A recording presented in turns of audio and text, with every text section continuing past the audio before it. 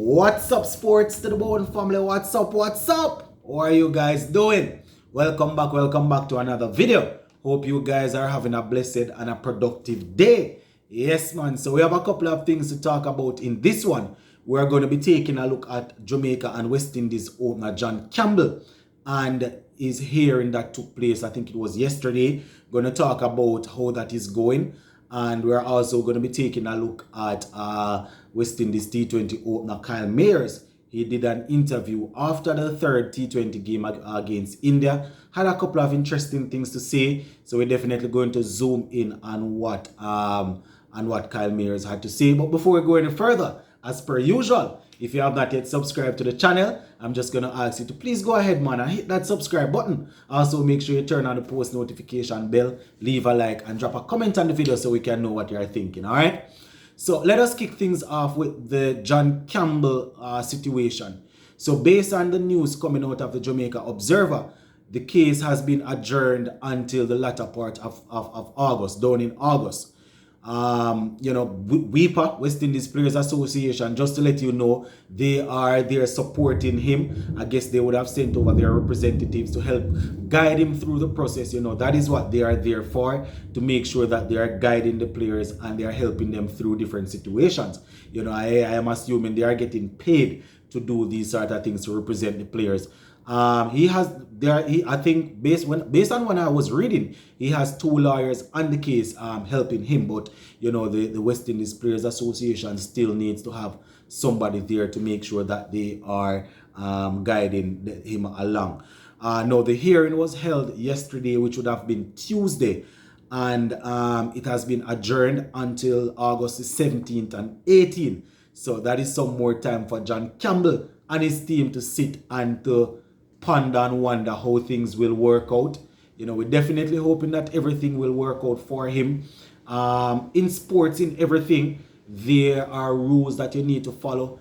And if in the event you end up breaking a rule or two, then you should have a solid reason or have something to back up as it relates to why you weren't able to abide by this rule. Because person would think that, well, you did something illegal and you were trying to cover it up. We don't know. We don't know at all. Now, based on what they are saying, based on the information coming out of the Jamaica Observer, the evidence, where the evidence is concerned, it would appear as if no evidence was really presented as yet as it relates to where he was, or if the anti-doping personnel had to reach out to him and they were unable to get through to him. Not saying that it hasn't been presented, but apparently it has not been handed over to the media. So even though the Jamaica Observer is reporting, they are still not able to report on the meat of the matter as it relates to exactly how things went down. I am assuming that on the 17th and the 18th, when this is called up again, then we will hear exactly how things went. Now, based on the rules of the anti-doping thing, athletes out of competition testing, athletes, I think, should give themselves should make themselves available for 1 hour, I think, throughout the day, just to make sure that the personnel know where they are at in case they want to do a pop-up test. And that's out of competition testing. And if you fail 3 of these whereabouts rules violation, it is called, then you can, if you fail 3 of them in a 12 months period, then you can be suspended, or that is how they will call you up and say, all right, that's how they will call you up and say, all right, you have actually breached, and we need to have a talk with you to see exactly how things are going. So if found guilty, based on what we are hearing, he could face a ban of up to 2 years. Yeah, man, up to 2 years. I thought they were saying 4 years, but up to 2 years apparently. And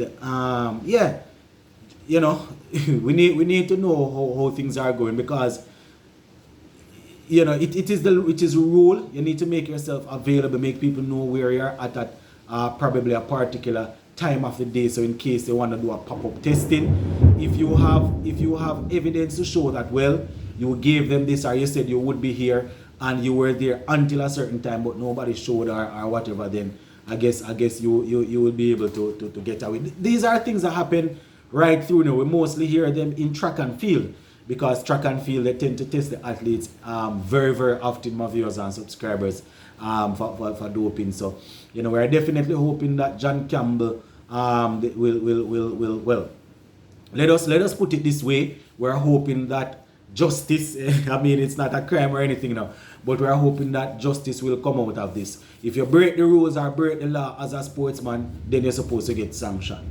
If it is the case that it was a mishap, if it was a mishap or anything, then we hope that things will work out for him. We don't just go out and say, boy, we want him to get away. And we want him to get away and start playing again. We don't work like that. And that's why a lot of persons don't like this platform, because we call it like how we see it. If it is the case that it was a mishap, then we're hoping that, they will overlook it and things will work out. But if there are evidence to show that he actually, purposefully sidestepped the process, then whatever comes. At the end of the day, there are different aspects to a sport. You want to play and dominate, but you still have to be guided and you still have to be governed by the laws and the rules of the game, as this is how fair play comes in. That is a part of fair play, because we don't know what the rare about rule violation is there to make sure that people are being, you're keeping people in check. But let us see how it goes, my viewers and subscribers. You guys will probably remember that I think it was about 2017. Andre Russell, was it 2017? I think, yeah, it was 2017 that Andre Russell was banned, was also banned for the same situation there. We were about rule violation, you understand? And he was able to work on himself, come back stronger. So, let us see how it goes. All right, so just to finish off, my viewers and subscribers, as I said, West Indies would have lost the third T20 to India. And our top scorer in that game, Kyle Mayers, had a couple of things to say. And, he was saying that he thought that we put together a fighting total. It wasn't a bad total, but, it's actually disappointing that we weren't able to get across the line. And he was also asked about his partnership with Brandon King and whether or not he's enjoying it and how they communicate, Man saying there's good communication between him and Brandon King, and that is how they want to play for the team. And, if one of them get a start, then it is for the next one to just continue to turn over the strike, back that player, and make sure that he continues to push on and to try and get the team into a good position. You understand? So that is definitely something that we are happy to hear. We always like to see partnerships developing, especially at the top of the order there. Now, in terms of the chase, India chasing down the score, Kyle Mayers had alluded to the fact that our bowlers, we probably did not read the pitch as well as we should have. We bowl a lot of pace on deliveries, while the Indians bowl a lot of half cut, a lot of slower deliveries, and we're able to extract some help from the pitch. So, positive according to him, positives, those are things that they want to focus on. It's a young bowling unit according to what he's saying, and they definitely want to continue to work. And, they are looking to probably try and assess conditions a little better, whether they are batting first or bowling first, so as to try and bring off victory for the team. So that is what the top scorer for us had to say about the third T20 game there, basically saying that we probably misread the situation as relates to the pitch, and how we bowled. The Indian bowlers, they actually bowl a lot of skillful delivery, slower balls, cut and all of that, but we went pace on mostly, and it didn't work out. But at the end of the day, just one of them things, my peeps. So yeah, those are the two stories that we wanted to cover in this one.